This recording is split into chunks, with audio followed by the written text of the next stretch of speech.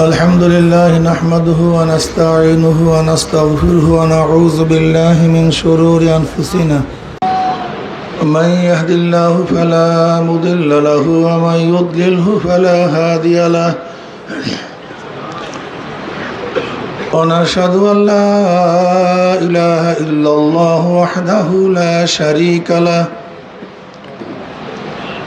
ونشهد أن محمدا عبده ورسوله أما بعد وأعوذ بالله من الشيطان الرجيم بسم الله الرحمن الرحيم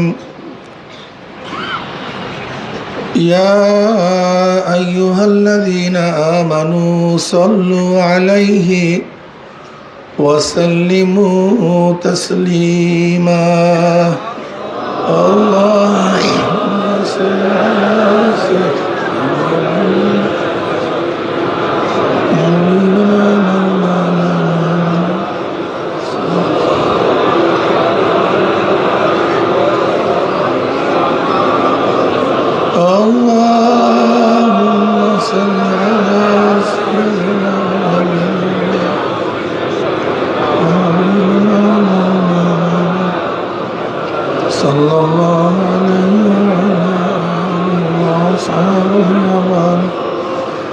أعوذ بالله من الشيطان الرجيم بسم الله الرحمن الرحيم إن كنتم تحبون الله فاتبعوني يحببكم الله صدق الله مولانا العظيم وصدق رسول النبي الكريم আল্লাহ পাকের বান্দা জনাব মুহাম্মদ রাসূলুল্লাহ সাল্লাল্লাহু আলাইহি ওয়াসাল্লামের উম্মতগণ, আল্লাহ পাক রব্বুল আলামিন আপনাকে আমাকে দয়া করে মায়া করে হাজারো লক্ষ কোটি মানুষের মধ্য থেকে বেছে বেছে আল্লাহ পাকের খাস বান্দাদের সাথে কিছু সময় কাটাবার তৌফিক দান করছেন, খাস মাজলিসে আসার তৌফিক দান করছেন। এর জন্য শুকরিয়া তার সবাই বলে আলহামদুলিল্লাহ। কত মানুষ ইচ্ছা করেছিল চরমোনাই মাহফিলে আসবে, আসতে পারেনি। কত মানুষ রওনা করছে, বিভিন্ন ঝামেলার কারণে আসতে পারেনি। আবার অনেকের ইচ্ছা ছিল না, তারা মাহফিলে চলে আসছে, কিভাবে আসছে নিজেও জানে না। আল্লাহ পাক কালামে পাকের মধ্যে বল ফরমান আফালা তাতাফাক্কারুন, তুমি কি চিন্তা করো না তোমার সাথী আসতে পারে না, তুমি আসছো কিভাবে? তোমার এত ঝামেলা, তারপরে তোমাকে কোনো ঝামেলায় বাধা সৃষ্টি করতে পারে নাই। আর তোমার আর এক পীর ভাই কোনো ঝামেলা ছিল না, তারপরে সে আসতে পারে নাই। আফালা তাতাফাক্কারুন, তোরা কি চিন্তা করোস না? আল্লাহ পাক রব্বুল আলামিন আপনাকে আমাকে আসার তৌফিক দান করছেন। কাজে আল্লাহর কাছে দোয়া করেন, মাওলা হে, যেহেতু আসার তৌফিক দান করছো, হেদায়েত থেকে মাহরুম করিও না। হেদায়েতের মালা পরাইয়া দিও।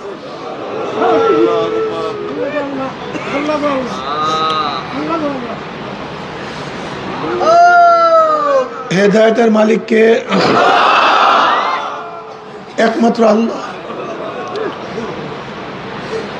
হেদায়েত সবচেয়ে দামি নিয়ামত, এর চেয়ে বড় দামি নিয়ামত কিছু নেই। এর জন্য হেদায়েত আল্লাহ পাকে নিজের কাছে রাখছেন, যেন বান্দা কার কাছে হেদায়েত তালাশ না করে, একমাত্র আল্লাহর কাছেই যেন হেদায়েত চায়। আল্লাহ পাক কি চান? আল্লাহ পাকের কাছে হেদায়েত চাইবে, আল্লাহ পাক হেদায়েতের মালাটা পরায় দেবে। যেহেতু আল্লাহ পাক নিয়ে আসছেন, মনে মনে খুব অন্তর তোমার সাথে লাগা।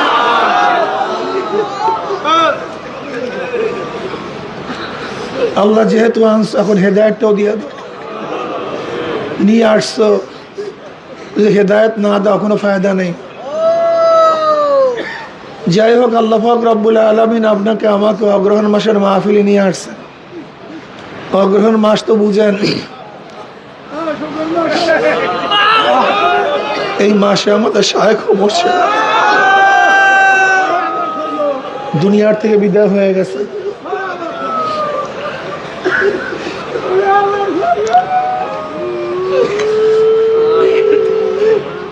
এই মাহফিল দাজান রহমতুল্লাহ আলী স্থাপন করেছেন।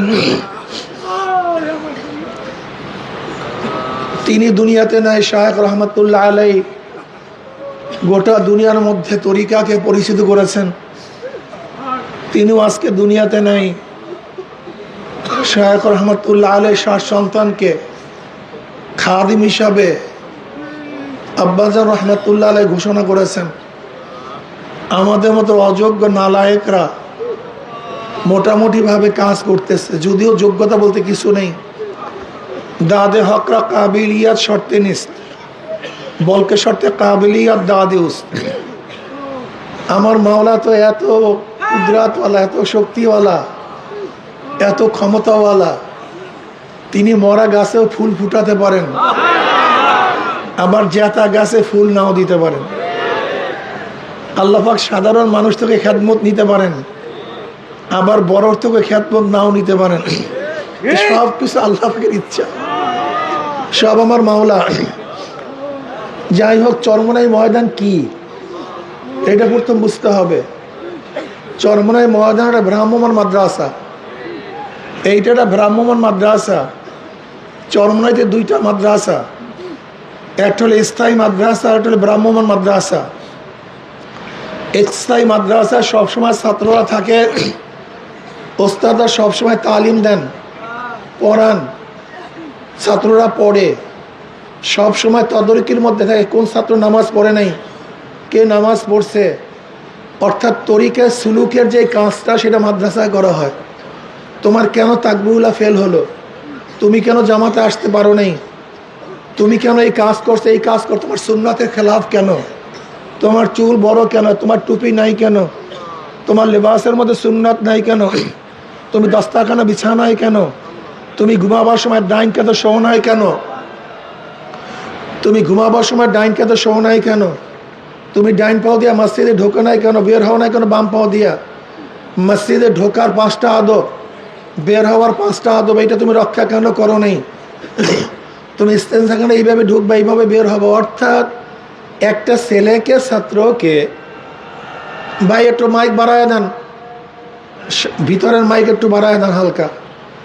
ভাই আমার গলার অবস্থাটা বুঝছেন, কাজে আমার কথা বলতে কষ্ট হবে, আপনাদের বুঝতেও কষ্ট হবে, কাজে উভয়ের মধ্যে কাজ সারতে হবে, ঠিক আছে না ভাই? একটু ধৈর্য ধারণ করেন, বাকি তো আল্লাহ পাকের ইচ্ছা। আল্লাহ পাক বয়ান ছাড়াও হেদায়েত দিয়ে দিতে পারেন, এগুলি কিছু না, এগুলি সব ওয়াসাইল। হেদায়েত ছাড়াও আল্লাহ পাক, বয়ান ছাড়া কত মানুষকে আল্লাহ পাক হেদায়েত দিয়ে দিয়েছেন।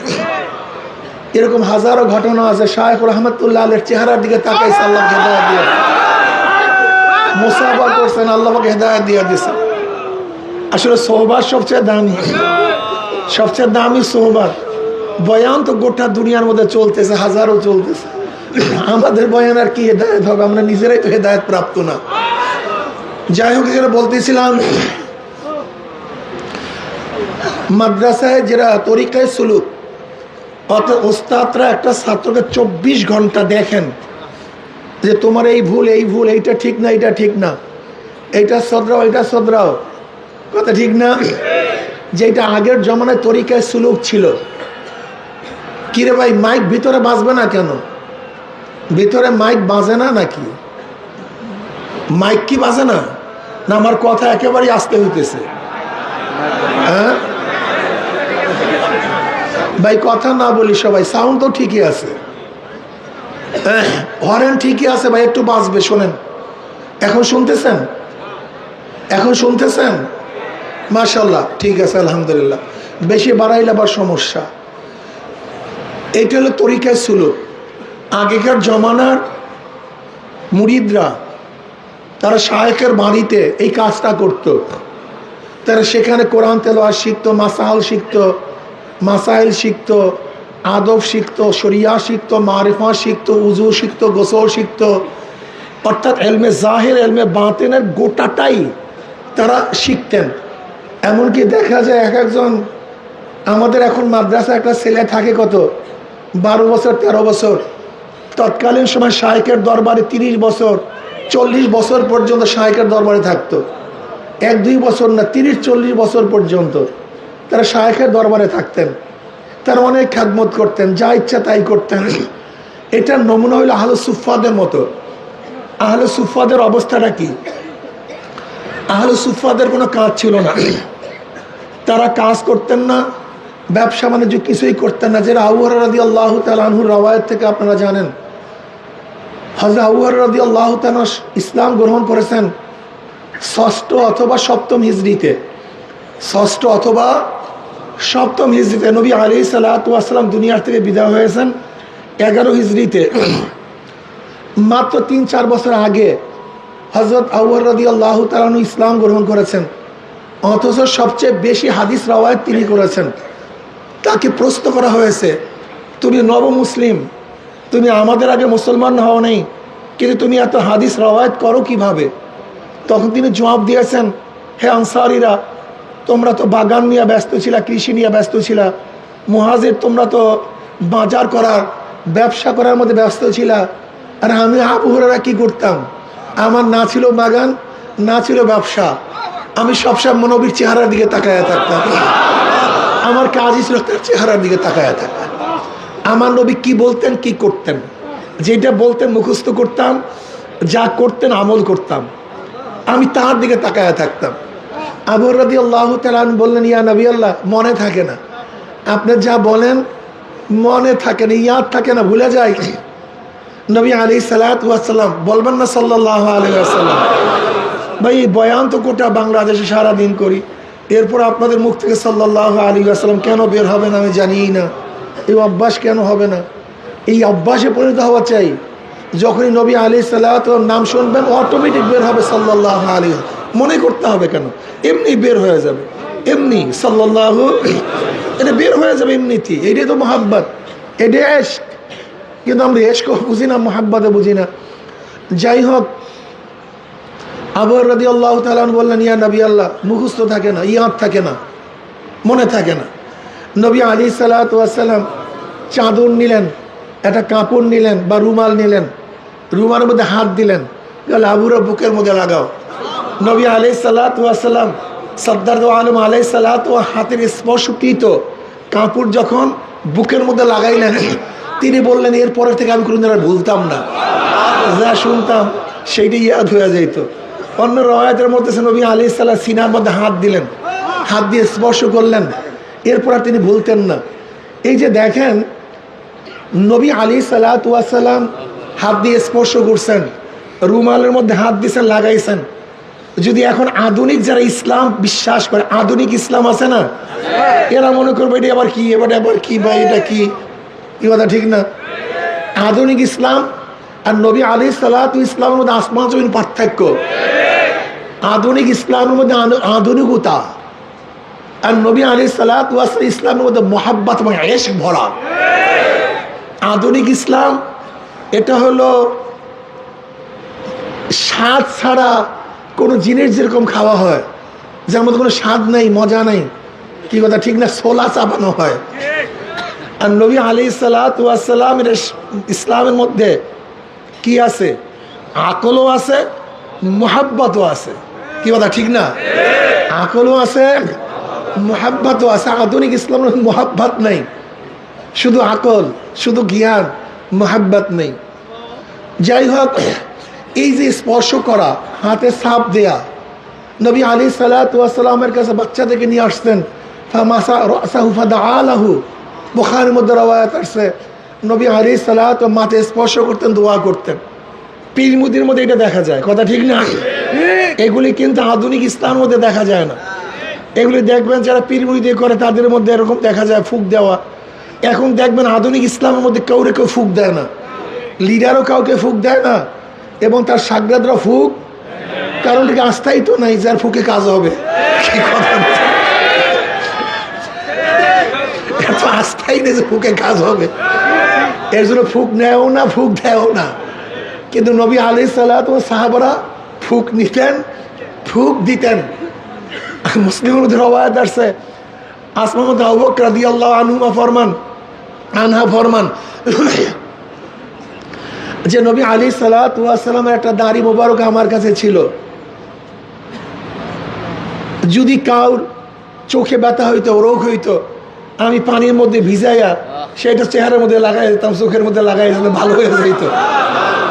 এখন যদি আধুনিক ইসলামের মধ্যে এটা দেখান, তাহলে এটা আবার কি ভাই, ইসলাম নাকি? আমরা তো ইসলাম বুঝি না। আধুনিক ইসলাম ভিন্ন জিনিস, নবী আলাইহিস সালাতু ওয়াস জামানার ইসলাম কি সম্পূর্ণ ভিন্ন জিনিস। তো আবু হুরায়রা রাদিয়াল্লাহু তাআলা আহলে সুফফার মধ্যে থাকতেন, সব সময় তার দিকে তাকায় থাকতেন। সাহাবাদের কাজ কি ছিল, সুফফাদের কাজ কি ছিল? 24টা ঘন্টা সেখানে থাকতেন, 24 ঘন্টা এলেম অর্জন করতেন, এলেমের মধ্যেই মগ্ন থাকতেন, আমলের মধ্যে মগ্ন থাকতেন, নবী আলাইহিস সালাতের খেদমতে ব্যস্ত থাকতেন। এরা কি যে কষ্ট করতেন তার কোনো শেষ নেই, কোনো সীমা নেই। কেমন কষ্ট করতেন? আবু হুরায়রা রাদিয়াল্লাহু তাআলা ফরমান, আমার একদিন ক্ষুধা, এমন ক্ষুধা, এত ক্ষুধা লাগছে, বের হইতে পারি না, সহ্য করতে পারি না। মসজিদের বাহিরে বের হয়ে দাঁড়ায় গেলাম, যেন কেউ আমাকে, আমার চেহারা দেখে আমাকে দাওয়াত দেয়, আমার চেহারা দেখে আমাকে দাওয়াত দেয়। হযরত ওমর ইবনে খাত্তাব রাদিয়াল্লাহু মসজিদ থেকে বের হয়েছে, তিনি তাকে সালাম দিলেন, সালামের জবাব নিছে, মাসালা জিজ্ঞাসা করছে। আবু হুরায়রা বলেন, মাসালা আমি আগের থেকে জানি, কিন্তু আমি কেন জিজ্ঞাসা করছি? জিজ্ঞাসা করার কারণ হলো আমার দিকে তাকাবে, মাসালার জবাব দিবে, আমি ক্ষুধার্ত এটা বুঝবে, আমাকে দাওয়াত দিবে। কিন্তু সালামের জবাব নিছেন, মাসালার উত্তর দিছে, কিন্তু আমাকে দাওয়াত দেন নেই। আমি বুঝছি ওমরের ঘরেও কিছু নেই। এরপরে আবু বকর রাদিয়াল্লাহু বের হয়েছে, আমি তাকে সালাম দিলাম, একই উদ্দেশ্যে মাসালা জিজ্ঞাসা করলাম, সে আমার সালামের জবাব দিছে, মাসালার উত্তর দিছে, কিন্তু আমাকে দাওয়াত দেয় নেই। এরপর সরদার দু আলম আলাইহিস সালাতু ওয়াস সালাম বের হয়েছে, আমি তাকে সালাম দিলাম, আমার চেহারার দিকে তাকাইয়ে বুঝতে পারছে ক্ষুধার্ত, আমার চেহারার দিকে তাকাইয়ে বুঝতে পারছে আমি অনেক বেশি ক্ষুধার্ত। সে ঘরে আওয়াজ করছে, ঘরে কিছু আছে খাওয়ার মতো? ঘরের থেকে জবাব আসছে, এক পেয়ালা দুধ, এর বাইরে কিছু নেই। আবু হুরায়রা রাদিয়াল্লাহু তাআলা আনহু এই কথা শোনার পরে দেখে এক পেয়ালা দুধ, নবী আমাকে বললেন, আবু হুরায়রা সবাইকে দাওয়াত দাও।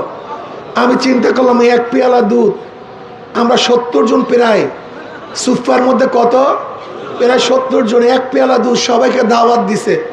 তা আমি যদি সবাইকে বন্টন করি তাহলে আমার পেটের অবস্থা কি? আমি যেই ক্ষুধার্ত সেই ক্ষুধার্ত।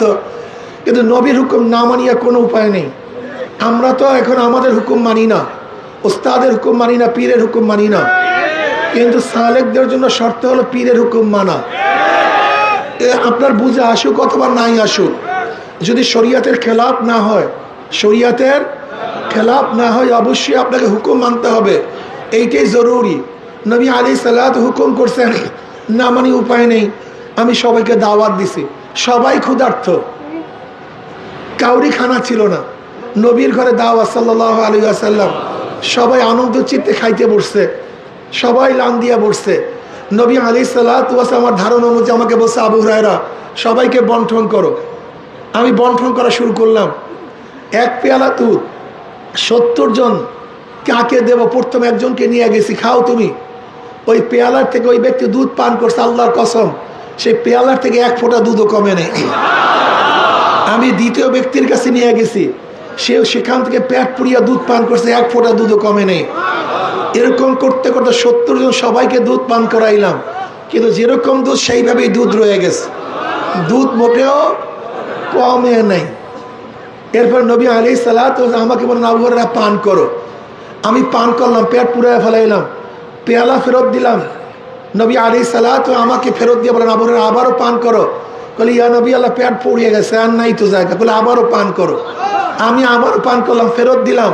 বলে, আবারও পান করো। বলে, জায়গা না। বলে, আবারও পান করো। আমি পান করলাম। বুখারীর মধ্যে রওয়ায়াত আছে, আবু হুরায়রা আমার পেট উঁচা হয়ে গেছে দুধ পান করতে, কিন্তু আল্লাহর কসম সেই দুধের মধ্য থেকে এক ফোঁটা দুধও কমে নাই। এরপর নবী আলাইহিস সালাত দুধ আমি পেয়ালা ফেরত দিলাম, এরপর নবী পান করছেন। এখান থেকে শিক্ষা হলো আগে সাগরেদকে খাওয়াতে হয়, কথা ঠিক না? তারপর নেতায় খাইতে হয়। কিন্তু আমরা উল্টা হয়ে গেছি, কথা বুঝাতে পারি না। আগে আমরা খাই, তারপর সাগরেদকে খাওয়াই। এর নেতৃত্বের খেলাফ, এ নেতা হতে পারবে না। নেতার মূল দায়িত্ব হলো আগে তার ড্রাইভার খাইছে কিনা, তার অধীনস্থ গোলাম খাইছে কিনা, তার যার অধীনস্থ দারোয়ান আছে তারা খাইছে কিনা, এটা খবর নেই। এটা একজন নেতার খুবই দায়িত্ব। অথচ দেখবেন আমাদের নেতাদের অবস্থাটা কি, তুই মরে মর, তুই না খাইয়া থাক, আমি সামনে খাইলে খাইলাম, বাস। এটা নেতার গুণ না। নবী আলাইহিস সালাতু ওয়াস সালাম প্রত্যেকটা জায়গায় নেতৃত্ব কিভাবে দিতে হয় সে শিক্ষা দিয়েছেন। নবী আলাইহিস সালাম আগে কাকে খাওয়াইছেন? তার সাগরেদকে খাওয়াইছেন, এরপর নিজে পান করছেন। এখানে আর একটা জিনিস বিষয়, সবাইকে নিয়ে খাইছেন। আর বর্তমান ব্রিটিশ ল হলো এই যে অফিসার থাকবে তার কাছেও কেউ বসতে পারে। মনে হয় যেন বিশাল এক ডাকাত, যেন কেউ কাছে যাইতে ভয় পায়। অথচ নবী আলাইহিস সালাত চরিত্র কি ছিল? বাহির থেকে কেউ যখন আসতো কেউ বুঝতেই পারতো না কে নবী আর কে সাগরেদ, কে নবী কে সাহাবি। এরকমই তো হওয়া উচিত ভাই, এরকমই হওয়া উচিত, হ্যাঁ? অথচ আমরা যদি একটু নেতৃত্ব পাই তখন নিজেকে মানুষ মনে করি না, জানোয়ার মনে করি। মানুষ আমাকে ভয় পায়, তোমাকে ভয় পায় কেন? পাগলা কুকুরকে মানুষ ভয় পায়, তোমাকে ভয় পাবে কেন? মানুষ সাপকে ভয় খায়, তোমাকে ভয় পাবে কেন? মানুষ হিংস্র প্রাণীকে ভয় পায়, তোমাকে ভয় পাবে। হ্যাঁ, তোমাকে ভয় পাবে যেরকম সন্তান বাবাকে শ্রদ্ধার ভয় পায়, সেই ভয় তোমাকে পাবে। কি কথা ঠিক না? যেরকম সন্তান মাকে ভয় পায় সেই ভয় তোমাকে পাবে, যেরকম ছাত্র উস্তাদকে ভয় পায় সেই ভয় তোমাকে পাবে। কিন্তু উকরিমার রসুল মাখাফাতা শাররিহি ইজাতুকিজাল ফায়ু দুআলান ওয়াল আমানাতু মাগনামান ওয়াজ যাকাতু মাগরামান ওয়া তুআল্লিমুল গায়রিদ্দিন ওয়া আতার রাসূল ইমরাতাহু আক্কা উম্মাহু আদনা সাদিকাহু আকসা আবাহু ওয়া যাহারাতুল আসওয়াত ওয়া ফিল মাসাজিদ ওয়া সাদাল কবিলাতা ফাসিকুম ওয়া কানা যাইমুল কওমি আরজুলাহুম ওয়া উকরিমার রসুল মাখাফাতা শাররিহি ওয়া যাহারাত আসওয়াতুল মাসা ওয়া যাহারাত কায়ানাতু বিমাআজিব ওয়া শুরুল খুমুর ওয়া লান আখিরু হাযিল উম্মাত আউওয়ালাহা ফালিয়ারতাব ইনদা যালিকা রিহান হামরা ওয়া সালসালাতান ওয়া খাসফান ওয়া মাসকান ওয়া কসমান ওয়া আয়াতান তাতাবাকা নিজামিন কুতিয়া সিলকু ফাতাদাবা। তিরমিজির মধ্যে রওয়ায়াত আসছে। আজকে মানুষকে কেন ভয় করি? আবু হুরায়রা রাদিয়াল্লাহু তাআলা রওয়ায়াত আসছে, ইজাতুকিজাল ফায়ু দুআলান, যখন মানুষ মালে ফায়কে এটা লুটের মাল মনে করবে, অথচ এটার মধ্যে শরিয়াতের বন্টনের হক আছে, নিয়ম আছে, সেটা মানবে না। কথাটা বুঝাতে পারি নাই? যখন গনিমতের মালকে নিজের মাল মনে করবে, যখন মানুষ জাকাতকে আমানতকে গনিমতের মাল মনে করবে, আমানতের মালকে গনিমতের মাল করবে, আমানত খেয়ানত করবে, আমানতকে মানুষ রক্ষা করবে না। আজকে সরকারি দলের লোক আমানতকে রক্ষা করে না। আমাদের শুকরিয়ার বিষয়, আমাদের বর্তমান ধর্ম উপদেষ্টা আল্লাহ পাকের শুকর, তিনি যে হজ করার জন্য যে দায়িত্ব পেয়েছিলেন, এই বাংলাদেশের মধ্যে, বাংলাদেশের ইতিহাসে প্রথম নজির, যেই টাকা তার কাছে দেওয়া হয়েছিল, যেই পরিমাণ টাকা উদ্ধৃত হয়েছে, সে সমস্ত হাজিদের মধ্যে বন্টন করে দিয়েছে। এর নাম আমানত রক্ষা করা। আজকে সরকারি মাল আমানত আমাদের কাছে, কিন্তু আমরা এটাকে নিজের মাল মনে করি। সরকার কা মাল দরিয়া মে ঢাল।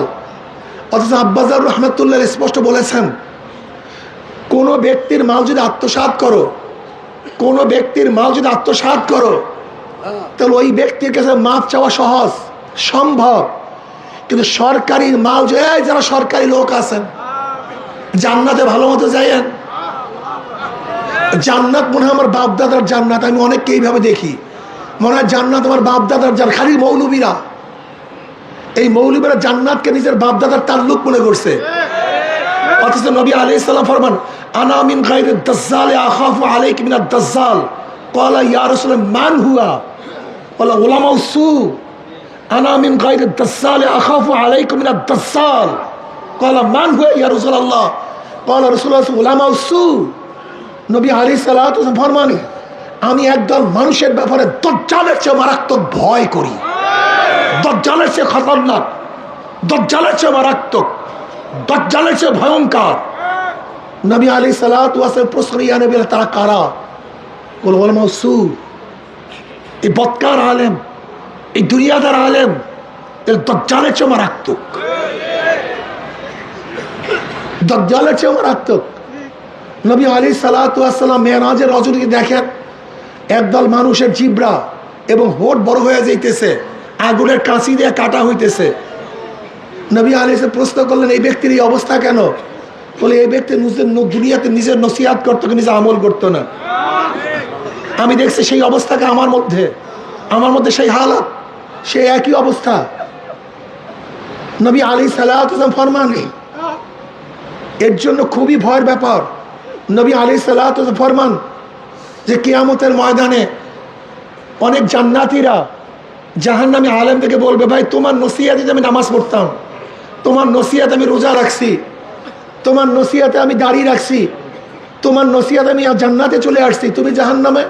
বলে, আমি তোমাদেরকে বলতাম, নিজে আমল করতাম না। এই মিসদাকের মধ্যে আমি আসি। আল্লাহ যেন আমাকে মাফ করে দেন, সবাইকে মাফ করে দেন। এর জন্য খুব মারাত্মক অবস্থা। যখন আমানতকে গনিমতের মাল মনে করবে, আজকে যার কাছে যদি দেওয়া হয় সব খেয়ে ফেলে। তরিকার টাকা দেয়, সংগঠনের টাকা দেয়, মাদ্রাসার টাকা দেয়, মনে হয় নিজের টাকা। অথচ দাড়ি আছে, টুপি আছে, পাগড়ি আছে, আখলাক নেই, চরিত্র নেই। চরমনায় মুজাহিদ এটা হতে পারবে না। চরমনায় মুজাহিদের মধ্যে আমানতদারি থাকতে হবে। নবী আলাইহিস সালাতু ওয়াস সালাম ফরমান, মুনাফিকের আলামত কয়টা? যখন কথা বলে মিথ্যা বলে, আমানতের খেয়ানত, ওয়াদা করলে ভঙ্গ করে, খেলাফ করে। এটা বুখারীর মধ্যে রওয়ায়াত আসছে, মুসলিমের মধ্যে রওয়ায়াত আসছে, ওয়া ইন সাবা আও সাল্লা ওয়া ইন সাল্লা আও সামা। যদি ওই ব্যক্তি নামাজ পড়ে, রোজা রাখে, যদিও নামাজ পড়ে, খুব ভালো মতো শুনবে চরমনায় মুজাহিদরা। অনেকে এমপি হওয়ার জন্য দাঁড়াইছেন। আপনারা প্রতিনিধি হবেন, সরকারি প্রতিনিধি। আপনি জানেন ক্ষমতা হলো আগুনের পোশাক। ক্ষমতা হলো কি? জোরে বলেন। ক্ষমতা হলো আগুনের পোশাক। এইটা কোনো মজার বিষয় না, এটা আনন্দের বিষয় না, এটা ফুর্তির বিষয় না, এটা আগুনের পোশাক। যেরকম আগুনের পোশাক যদি কাউকে পরানো হয়, সতর্ক থাকতে হয়। যদি একটু অসতর্ক হয়, জ্বালায় সরকার করিয়া দেয়। ঠিক ক্ষমতা হলো আগুনের পোশাক। আর আজকে আমরা ক্ষমতাকে গনিমত মনে করছি, গলার মালা মনে করছি। আসলে আল্লাহর ভয় না থাকার কারণে সব কিছু আমাদের মধ্যে চড়ছে। এগুলি সব আসলে আল্লাহর ভয় নেই। ক্ষমতার জন্য পাগল হয়ে যাই, কে ক্ষমতায় যাব। আজকে চরমনায় মুজাহিদের মধ্যে দেখা যায় এই লোভ চলে আসছে। এই লোভ আমি অনেকের মধ্যে দেখতে আসছি, পাগল হয়ে গেছে ক্ষমতার জন্য। ওমর বিন খাত্তাব রাদিয়াল্লাহু অসুস্থ, তার কাছে গেছেন যে আপনার ছেলেকে আপনি খলিফা নিযুক্ত করেন। বলে, যেই বোঝা, যেই ভারী আমি বহন করতাম, আমি সেটা আমার ছেলের কাঁধে দেব, এটা আমি পারবো না। ক্ষমতাকে বোঝা মনে করতেন, ওজন মনে করতেন, আর আমরা ক্ষমতাকে ফুর্তি মনে করি। বুঝবা কয়েকদিন পর ক্ষমতা কেমন ফুর্তি। ক্ষমতাকে ফুর্তি মনে করে, আনন্দের বিষয় মনে করি, নিয়ামত মনে করি ক্ষমতাটাকে। হ্যাঁ, ক্ষমতা নিয়ামত, কিন্তু যে ক্ষমতাকে ব্যবহার করতে পারে, যে ক্ষমতাকে ব্যবহার করতে পারে, সেটা নিয়ামত না, বরং ধ্বংসের কারণ। আজকে সিগারেট হওয়ার জন্য পাগল হয়ে যায়, সভাপতি হওয়ার জন্য পাগল হয়ে যায়। এমনকি দেখা যায় বাতিল পন্থীদের সংগঠনের মতো আমাদের সংগঠনের মধ্যেও কমিটি গঠন নিয়ে লাগছে গ্যাঞ্জাম। তার মানে ওর মধ্যে শয়তান ঢুকছে, ও তরিকা বোঝে নাই, ও চরমনায় তরিকার মধ্যে নাই, ওর মধ্যে শয়তান ঢুকছে। এত সহজ মাওলাকে পাওয়া, মাওলাকে পাওয়া সহজ হইলে নবীরা এত কষ্ট করছেন কেন, এত সাধনা করছেন কেন?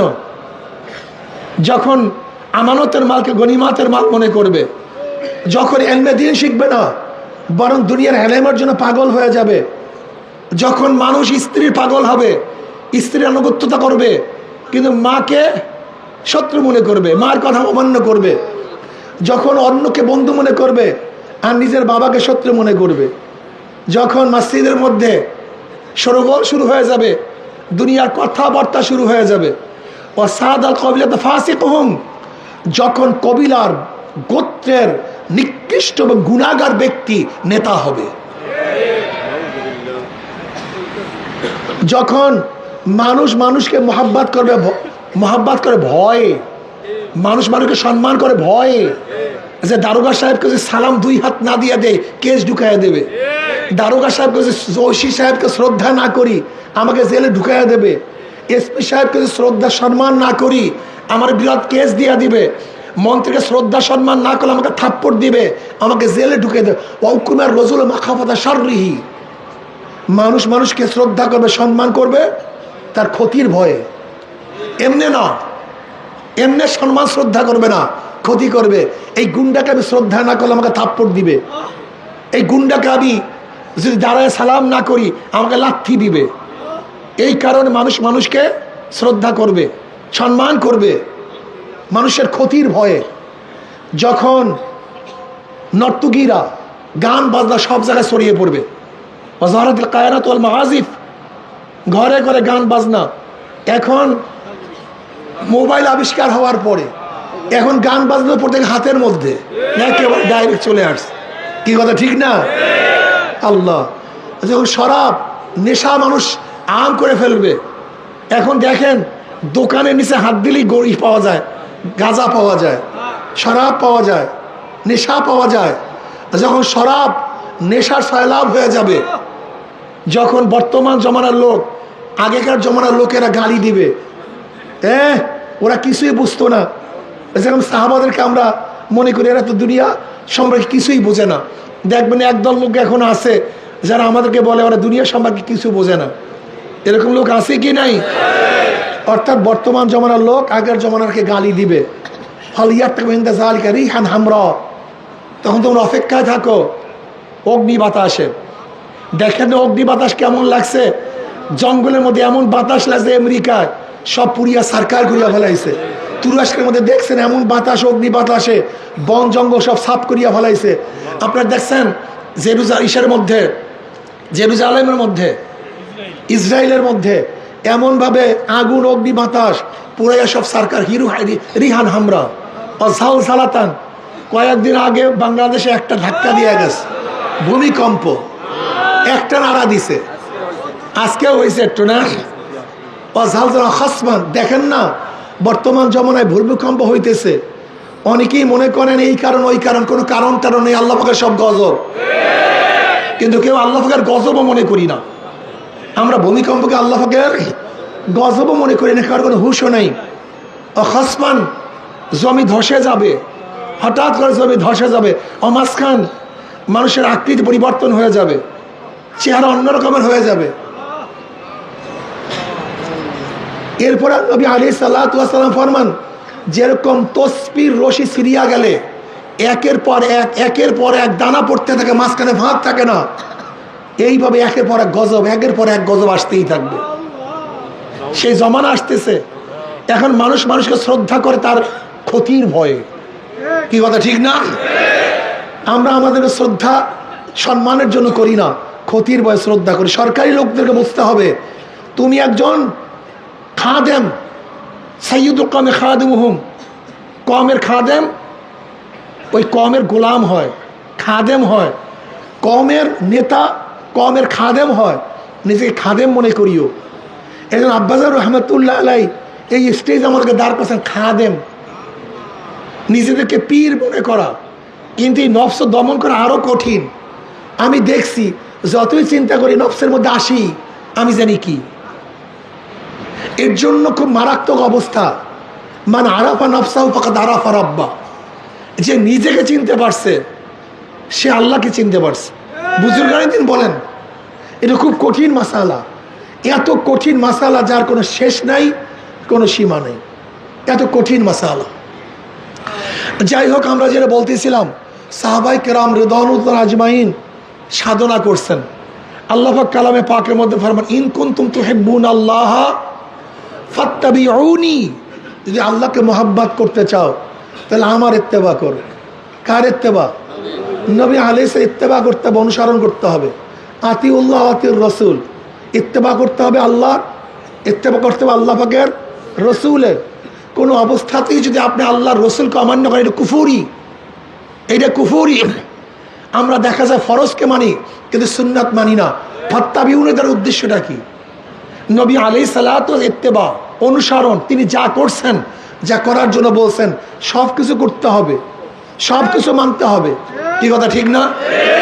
আজকে অনেকে বলে সুন্নাতের মোহাব্বত নেই, সুন্নাতের ভালোবাসা নেই। সুন্নাতকে যুক্তির দ্বারা সুন্নাতকে বাদ দিতে চাই। আজকে দেখা যায় চরমনের অনেক মুজাহিদের মধ্যেও সুন্নাতের সেই খেয়াল, আগের মতো মোহাব্বত নেই। মনে রাখতে হবে, সুন্নাত যদি বাদ দাও তোমার কিছুই থাকবে না। নবী আলাইহিস সালাতু ওয়াস সালাম মোহাব্বত প্রমাণ করে সুন্নাতের উপরে। কিসের উপরে ভাই? সুন্নাতের উপরে। যে যত সুন্নাত অনুযায়ী চলবা সে তত বেশি আমার নবীকে মোহাব্বত করবা, সে আমার নবীকে তত ভালোবাসবা। সুন্নাত ছাড়া কোনো মারেফাত নেই, সুন্নাতে চলতে হবে। শরিয়াত মারেফাত আলাদা কোনো বিষয় না। শরিয়াতরা মুকদ্দম তার আকনু মারেফাত আস শরিয়াত নিস বিরু। শরিয়াত ভিতরে মারেফাত হয় না। এলমে বাতেন কাইসু কি বলেন না? এলমে বাতেন হামসু মাসকা, এলমে জাহের হামসু শির, কাইবুয়াত বে শের ও মাসকা, কাইবুয়াত বে পেরু পীর। এলমে বাতেন হামসু মাসকা, এলমে জাহের হামসু শির। এলমে বাতিন হলো মাখনের মতো। এলমে বাতিন কিসের মতো? এলমে শরিয়াত দুধের মতো। কাইবুয়াত বে শের মাসকা, কাইবুয়াত বে পেরু পীর। আপনাকে অবশ্যই মনে রাখতে হবে, আপনি দুধ ছাড়া কোনোদিন মাখন পাবেন না, আর পীর ছাড়া, শায়েখ ছাড়াও কোনোদিন পীর হওয়া যায় না। একজন শায়েখ ছাড়া কোনোদিন শায়েখ হওয়া যায় না। একজন রাহনুমাই ছাড়া পথ চলা যায় না। এর জন্য আপনাদেরকে অবশ্যই মনে রাখতে হবে, যারা মনে করেন আমরা মারেফাতে আছি, শরিয়াতে নাই, এরাও গলতের মধ্যে আছেন। শরিয়াত এবং মারেফাত এইটা ভিন্ন কোনো জিনিস না, কিন্তু শরিয়াতকে অবশ্যই প্রাধান্য দিতে হবে। শরিয়াত বাদ দিয়া মারেফাত অর্জন করা যায় না। আমাদের চরমনায় মুজাহিদের মধ্যে একদল দেখা যায় যে যাদের মধ্যে আল্লাহ পাক কিছু মহাব্বত দিছে, মহাব্বত দেওয়ার পরে সঠিক রাস্তা বাদ দিয়া বাইপাস রোডে হাঁটা শুরু করছে। তুই নিয়ামতের কদর করতে পারলি না গাধা। আল্লাহ নিয়ামত দান করছিল, অনেক মুজাহিদকে দেখছে আল্লাহ পাক অনেক নিয়ামত দান করছিল, কিন্তু এখন তাকাইয়া দেখতে আছে নিয়ামতকে আল্লাহ পাক জানি না কোন গুমরাহির কারণে ওর নিয়ামত সিনেহায় নিতে আসে। প্রথম মুজাহাদা করার কারণে তার মধ্যে মারেফত, মোহাব্বত, ইশক, জজবা ঠিকই আসছিল, কিন্তু কিসের জন্য, কোন কারণে সব কিছু ধ্বংস করে হলাইতেছে। এখন আর সেই দিকে যায় না, সেই দিকে চলে না। এমনকি এমনও শুনছি কিছু চরমনে মুজাহিদরা বিভিন্ন জায়গায় গিয়ে রাত্রে অনুষ্ঠান করে, যার মধ্যে হারাম হারাম গান পর্যন্ত তারা সেখানে গায়। এরকম শোনা যায়। আল্লাহ মাফ করে দেব, তুমি নিয়ামতকে ধ্বংস করে ফেলছ, তুমি শেষ করে ফেলাইছ। আল্লাহ আমার নিয়ামত দান করছিল, তুমি কত চেষ্টা সাধনা করার পরে যে নিয়ামত আল্লাহ তোমাকে দান করছে, সেই নিয়ামত তুমি নিজের হাতে পায়ের মধ্যে দলিত করতে আস। তোমার কত ত্যাগ, তুমি নামাজের মধ্যে ঠিক মতো পড়ছ। তোমার দেখো তো সেই আগে সেই হালাত আছে কিনা। চরমনে অনেক মুজাহিদ প্রথম যে অবস্থা ছিল ওখানে অবস্থা নাই। খাস করে ইসলামী আন্দোলনের উপর জোর দেওয়ার পরে তরিকার অবস্থা কেড়ে আসে। এখানে শেষের পথে, আমি জানি না আগামী 10, 15, 20 বছর কি হবে, এটা আমার জানা নেই, আমি জানি না। এমনকি হাজারো ইসলামী আন্দোলনের লোকেরা ধারণা করে জিকির আজকার আমাদের জন্য না। আজকে আমিল মুজাহিদ পীর সাহেব হুজুর বয়ান করছেন ফজরের সময়, চমৎকার বয়ান করছেন।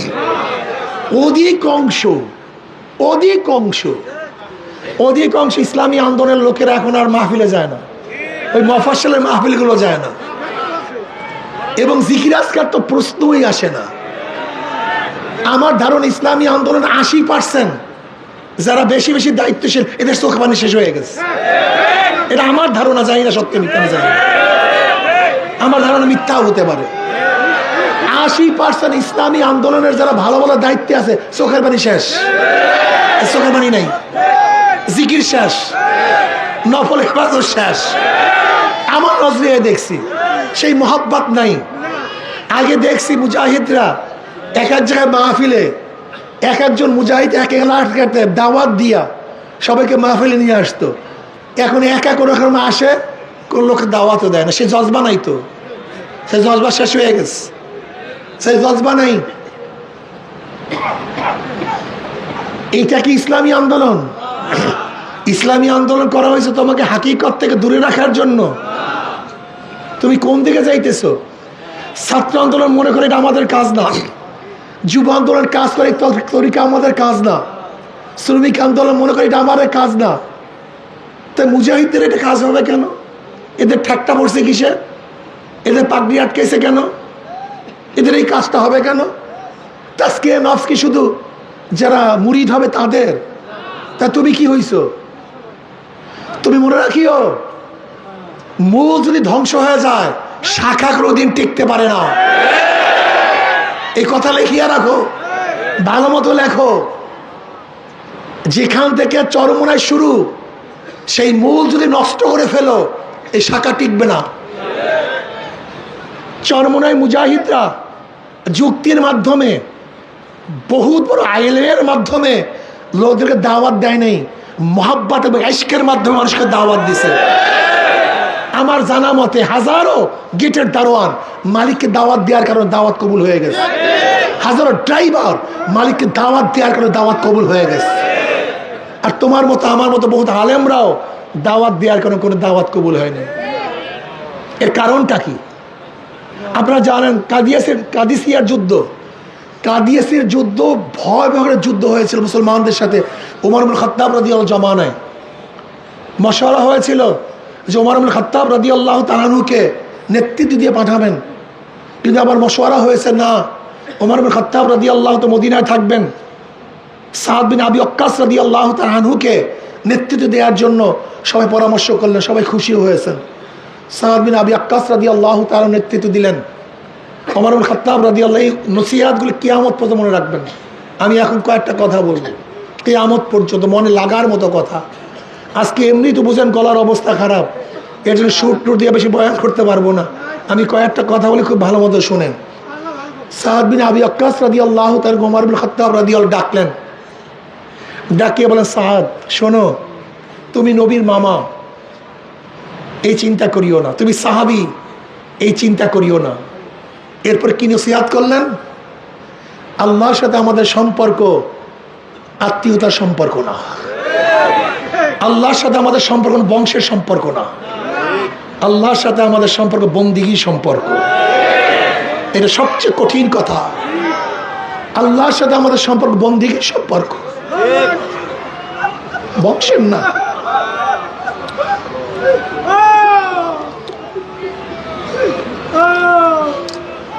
আমি বড় লোকের হিসাবে না, আল্লাহর সম্পর্ক। আমি মন্ত্রী হয়েছে এর জন্য আল্লাহ আমার সাথে সম্পর্ক করছে না, আমি প্রেসিডেন্ট হয়েছি এর জন্য আল্লাহ আমাকে মহব্বত করেন, ব্যাপারটা এরকম না। আল্লাহর সাথে আমাদের সম্পর্ক কিসের? ইবাদতের। শোনো সাদ, আল্লাহর কাছে কে বড়, কে ছোট, কে বংশীয়, কে নন বংশীয়, কে মন্ত্রী, কে এমপি, কে প্রেসিডেন্ট, কে পীর, কে মুরিদ, আল্লাহর কাছে এর কোনো পরিচয় নেই। এর কোনো পরিচয় আল্লাহর কাছে।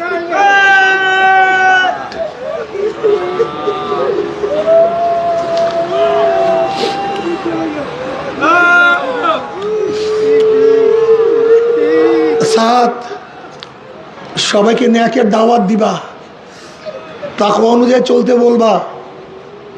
আর তাকওয়া হলো আল্লাহ পাকের আনুগত্যতা লাভ করা, গুনার থেকে বাঁচিয়া থাকা।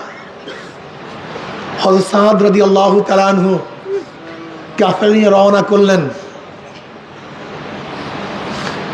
তখন তিনি রুস্তুমকে একটা বাণী পাঠাইলেন, ইন্নামাই কওমান ইউহিব্বুনাল মাউতা কামা ইউহিব্বুনাল খামারা। আমার সাথে এমন একটা জাতি নিয়ে আমি আসতেছি যারা মৃত্যুকে এত বেশি পছন্দ করে, যেরকম তোমরা শরাবকে মোহাব্বত করো, তারা মৃত্যুকে সেইভাবে মোহাব্বত করে। মুসলমানরা মৃত্যুকে সবচেয়ে বেশি মোহাব্বত করে। ইন্নামাই কওমান ইউহিব্বুনাল মাউতা, আমার সাথে এমন একটা কওম নিয়ে আসতেছি যারা সবচেয়ে মৃত্যুকে বেশি মহব্বত করে, সেই কওম নিয়ে তোমাদের কাছে আসতেছে। আমাদের সাথে আল্লাহর সম্পর্ক কি ভাই? জোরে বলেন। না তুমি মন্ত্রী, না তুমি এমপি, না তুমি মিনিস্টার, না তুমি কোরাইশি, না তুমি চামার না ঋষি, তুমি চামার না ঋষি,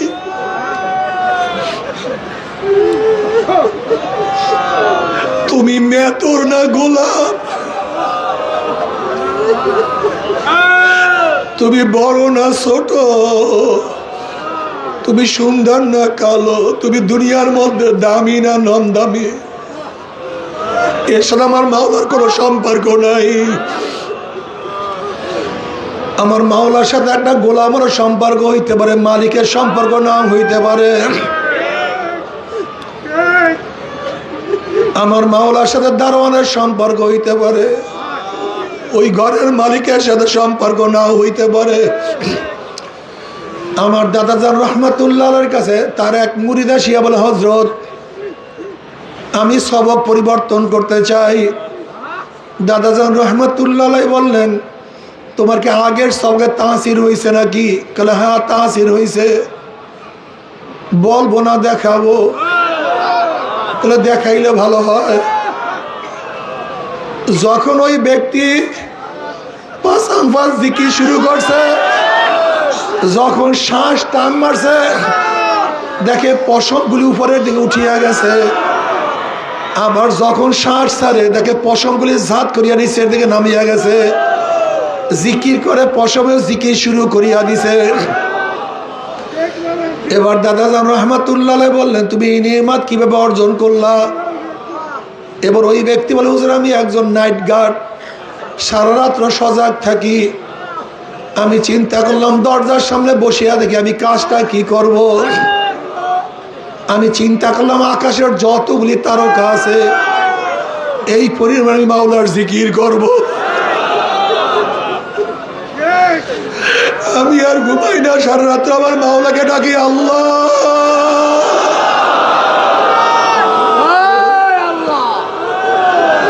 আল্লাহ।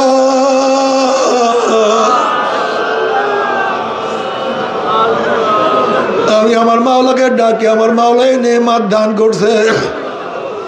আমি আগেই বলছি আমার মাওলার সাথে সম্পর্ক বন্দিগির সম্পর্ক।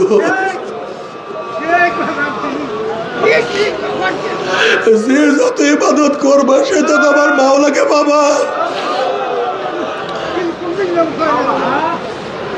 দেখো আমরা বারবার একটা কথা বলতে চাই, এখান থেকে ঢাকা আমাদের থেকে অনেক দূরে।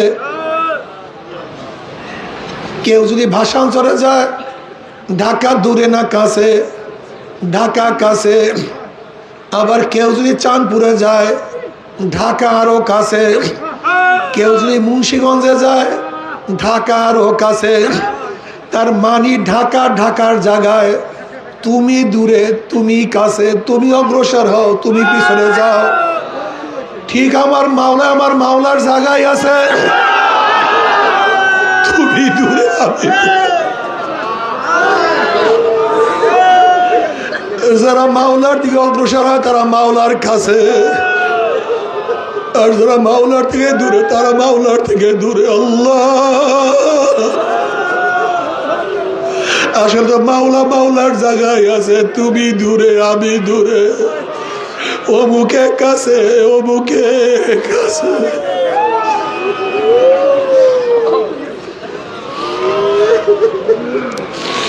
खुना मुझसे मुझको दूर कर, ताकि देखो मुझमें तुझको एक नजर।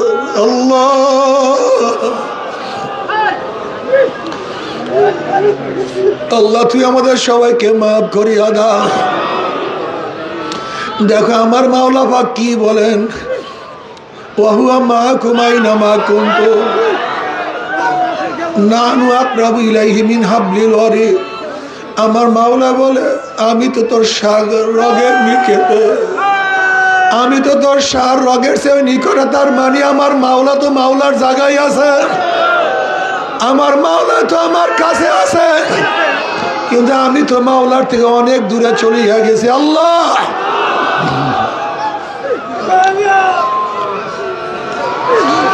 এখন তোমাকে আমাকে সাধনা করিয়া মাওলার কাছে যাইতে হবে।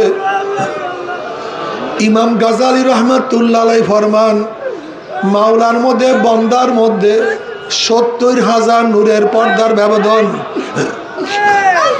এক একটা পর্দা অতিক্রম করতে ৫০০ বছরের সময় লাগে। এবার ইমাম গাজালি রহমাতুল্লাহ আলাইহি বলেন, আমার মাওলা যাকে কবুল করে, আমার মাওলা যাকে পছন্দ করে, ১ সেকেন্ডের মধ্যে ৭০,০০০ নূরের পর্দা ভেদ করিয়া আমার মাওলা বন্দাকে কাছে ডাকিয়া নেয়। আল্লাহ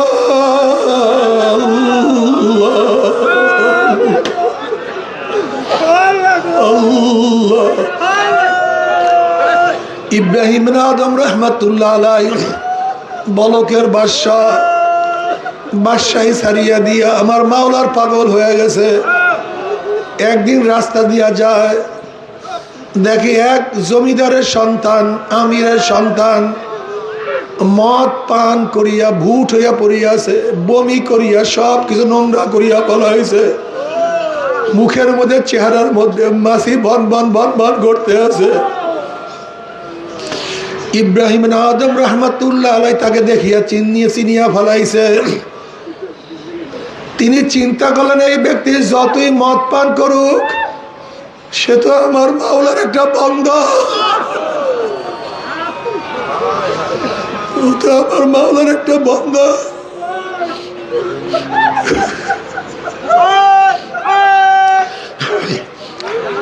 ইব্রাহিম আদম রহমাতুল্লাহ আলাইহি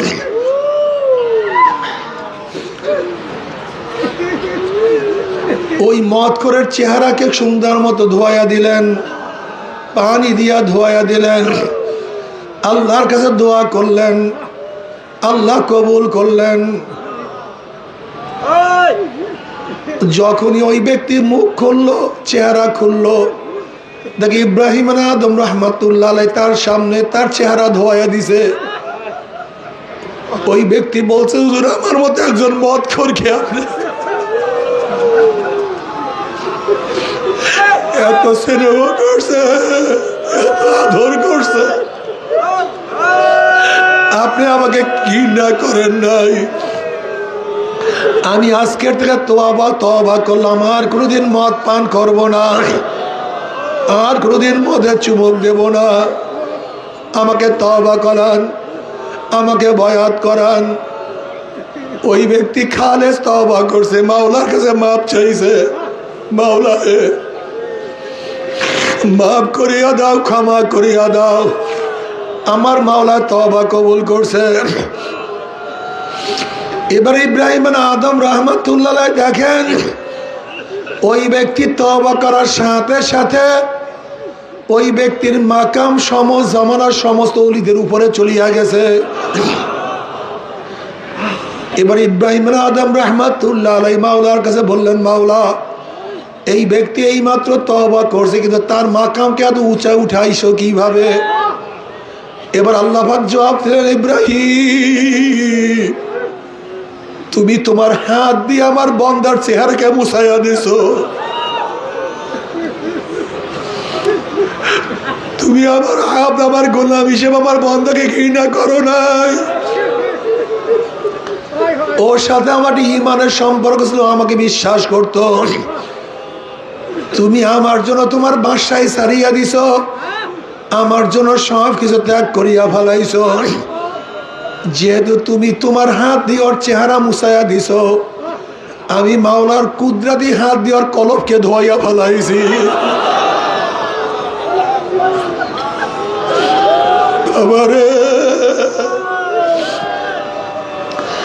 আসলে আমি খুব খেয়াল করিয়া দেখছি, সব হইল কলবের খেলা, সব হইল কলবের খেলা।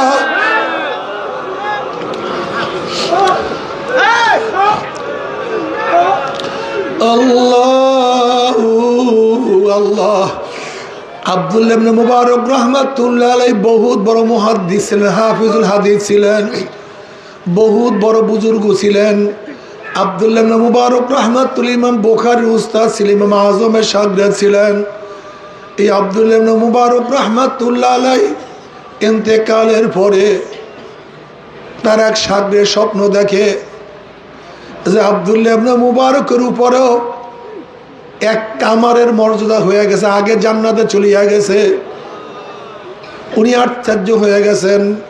জমানার বহুত বড় ইমাম, বহুত বড় বুজুর্গ, তার চেয়েও কামারের মর্যাদা কিভাবে বেশি হইতে পারে?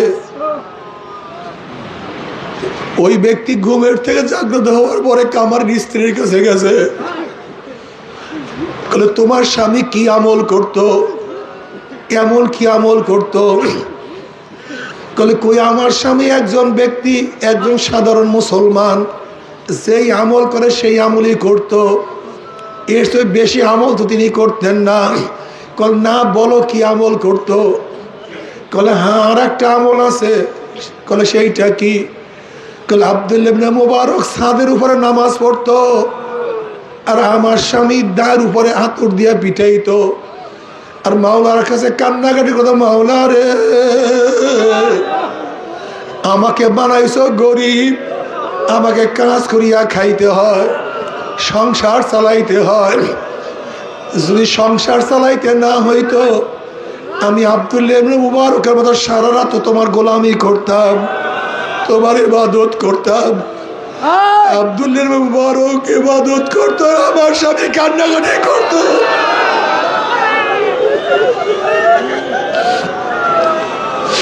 আমার স্বামী আফসোস করতো, আর কিছু না,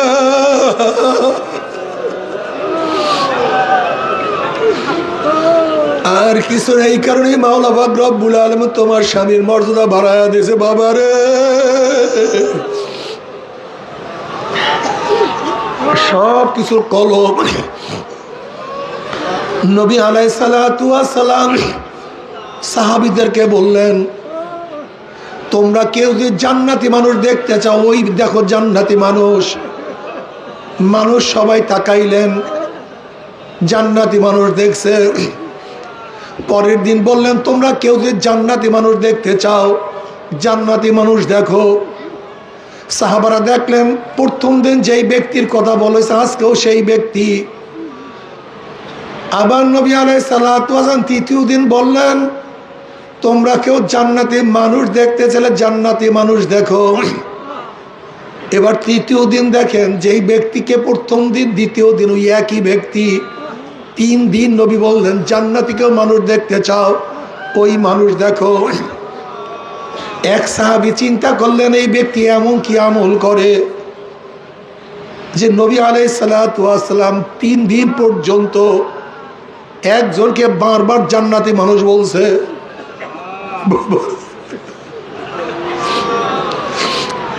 যেই সাহাবী গেছে সে খুব বেশি ইবাদত করতেন, অনেক বেশি আবেদ ছিলেন, সারা রাত নামাজ পড়তেন, সারাদিন রোজা রাখতেন।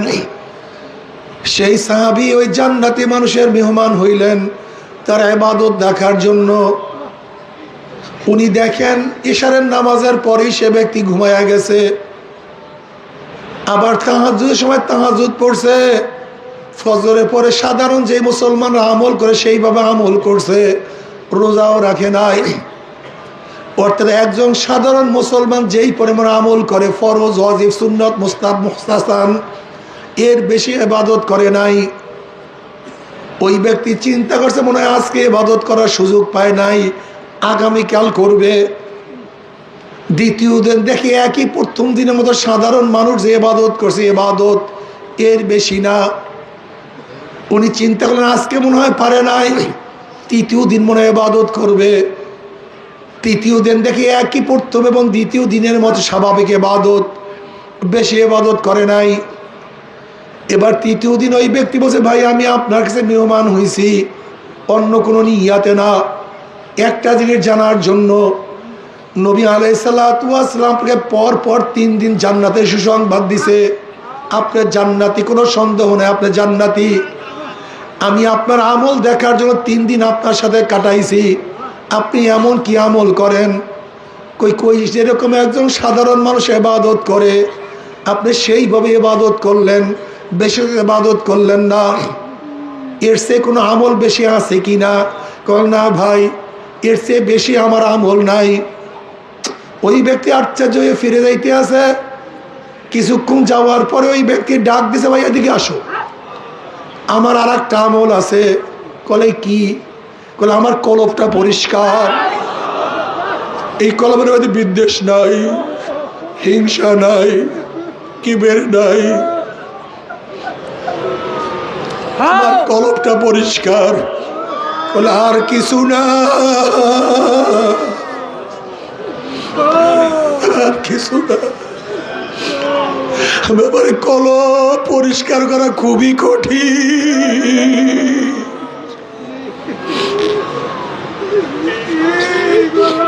কি যে কঠিন! এই দরিয়ায় ঝাঁপ দেওয়ার আগে বুঝবার এই দরিয়া কত কঠিন।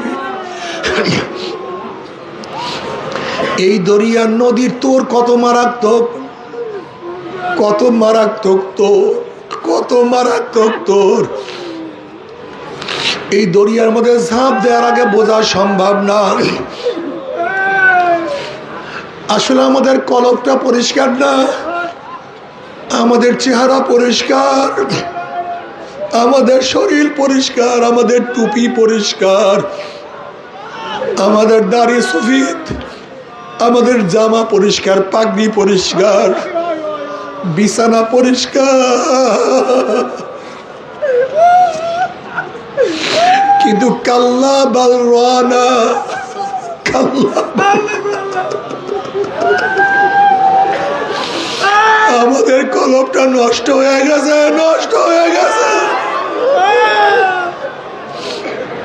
কাল্লা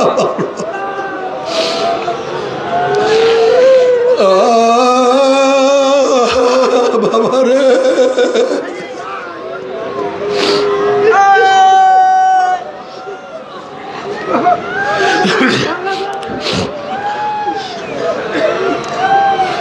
কলব পরিষ্কার করো খুব কঠিন।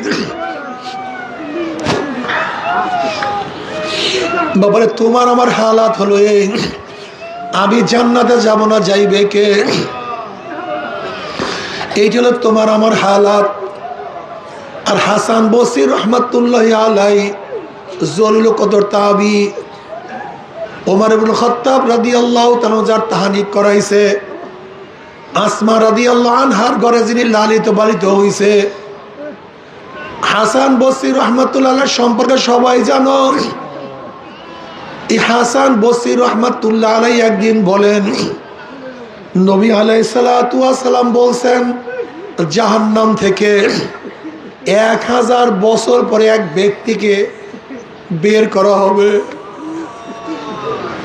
জাহান্নাম থেকে 1000 বছর পরে এক ব্যক্তিকে বের করা হবে। হাসান বসরি রহমতুল্লাহ আলাইহি বলেন, ওই ব্যক্তি যে আমি হাসান হইতাম তাহলে আমার খোশ নসিব, আমার খোশ নসিব, আমার চিরজীবন জাহান্নামে থাকতে হইতো না। হাসান বসরি রহমাতুল্লাহ আলাইহি যদি নিজেকে এই অবস্থা মনে করে, জানি না তোমার আমার উপায় কি, আমি জানি না।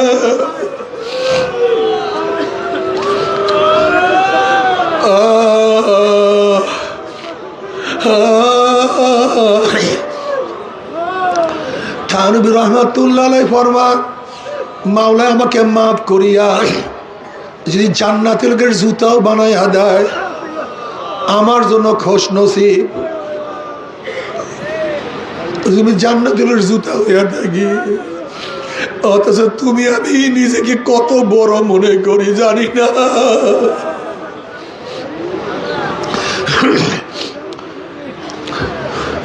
সব সময় কলিজাটারে কলবটাকে ভাঙ্গিয়া ফেলাইও, মাওলা তোমাকে পাইলাম না। তোমাকে রাজি খুশি করতে পারলাম না।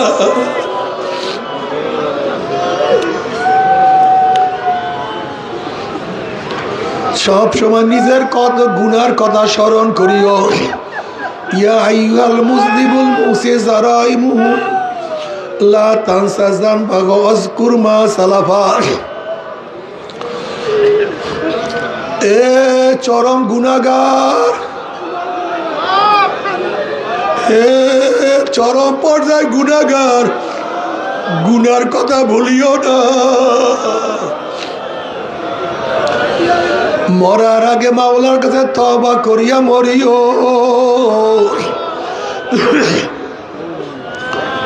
তওবা না করিয়া কেউ মাওলার কাছে যাইও না।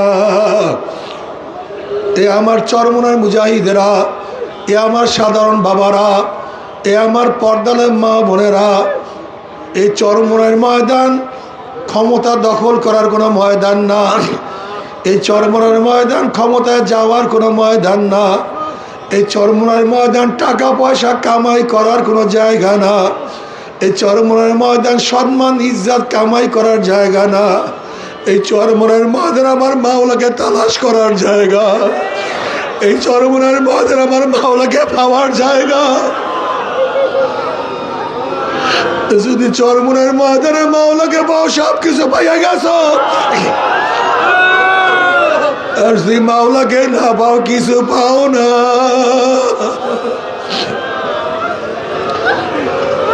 কিছু পাও না। আল্লাহ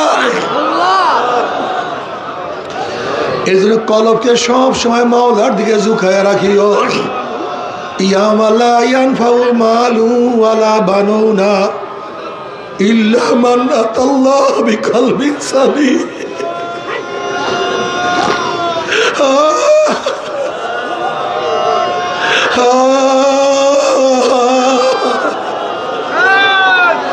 আল্লাহ কলবকে পরিষ্কার করিয়া দাও। তোমার নিজের পবিত্র কুদরতি হাতের দ্বারা কলবটাকে পরিষ্কার করিয়া দাও। তোমার কুদরতি হাতের দ্বারা কলবটাকে পরিষ্কার করিয়া দাও। চোখের পানি শুকাইও না, চোখের পানি শুকাইও না। জিকির বন্ধ করিও না, হালকা জিকির ছাড়িও না। মাসিক ইস্তেমায় যাইও। কলিজার থেকে আমার মাওলাকে ডাকিও। আল্লাহ, ওরে আমার মাওলা,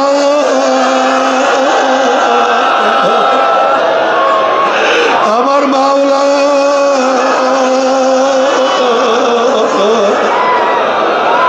আমার মাওলা।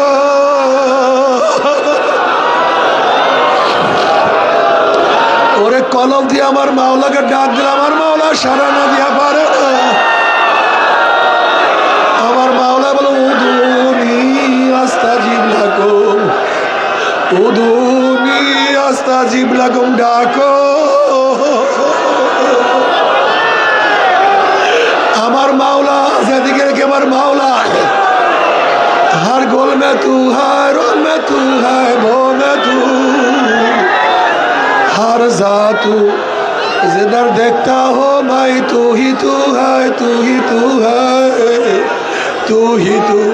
আমি যেদিকে থেকে আমার মাওলা, আমি স্বয়নে মাওলা, আমার মৌলাতে মাওলা। ইন্না সলাতি ওয়া নুসুকি ওয়া মাহইয়ায়া ওয়া মামাতি লিল্লাহি রাব্বিল আলামিন। আমার সব মাওলার জন্য, সব মাওলার জন্য। মাওলার পাগল হইয়া যা, মাওলার প্রেমে পড়িয়া যা, মাওলার প্রেমে পড়িয়া যা।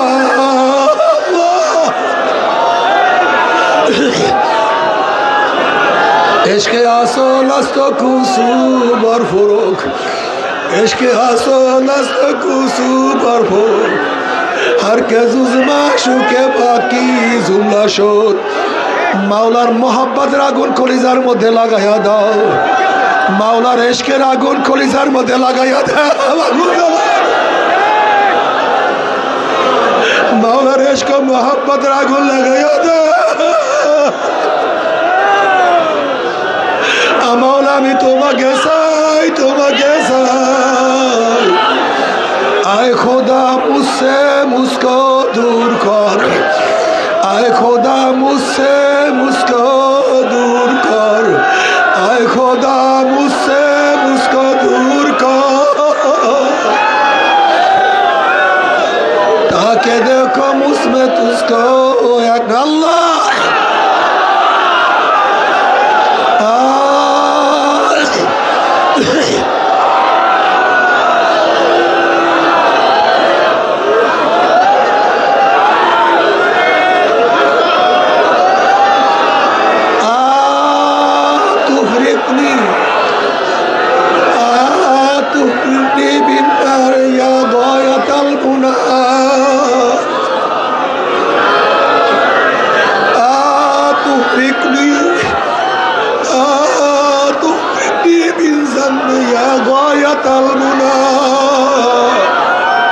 فأين رضائي ثم أين مخافتي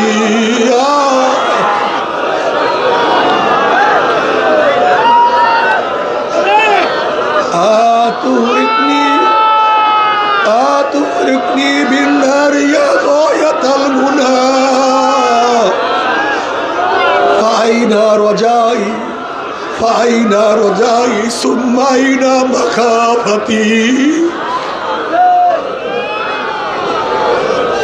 এ আমার শেষ ভরসা, এ আমার শেষ আশ্রয়স্থল, এ আমার শেষ জায়গা। তুমি কি আমাকে আগুনে জ্বালাবা?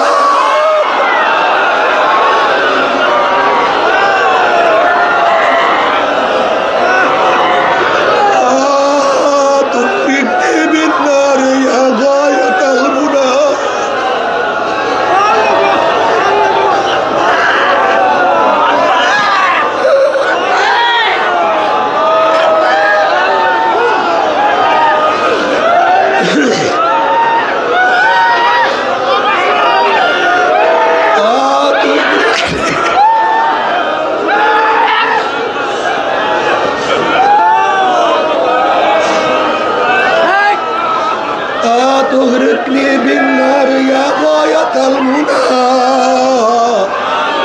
فأين رجائي ثم أين مخافتي এ আমার শেষ ভরসা, এ আমার শেষ আশ্রয়স্থল, এ শেষ মাফ করেওয়ালা, এ আমার রহমান।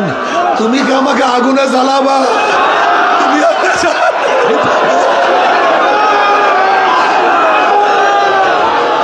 যদি আমাকে জাহান্নামেই দাও, তাহলে আমি তোমার আশা করছিলাম সেইটার কি হবে? আমি তোমাকে ভয় করতাম, সেইটার কি হবে? আমি তোমাকে ভয় করতাম, সেইটার কি হবে? আমি তোমার ভরসা করতাম, সেইটার আমার কি হবে?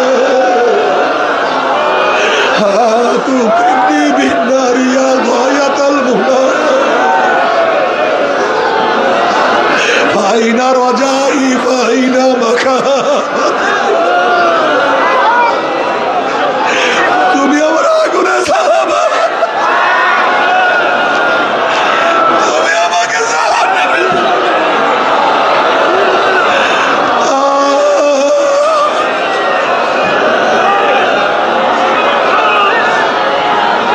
আল্লাহ আমাদের সবাইকে মাফ করিয়া দাও,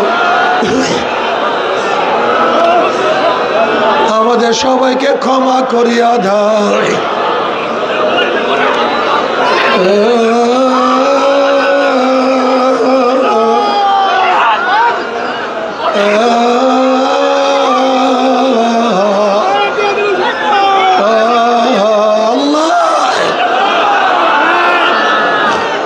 আল্লাহ তোমার ইশক এবং মুহাব্বতের মধ্যে ডুবাইয়া দাও, তোমার ভালোবাসার দরিয়ার মধ্যে ডুবাইয়া দাও, তোমার ডুবাইয়া দাও।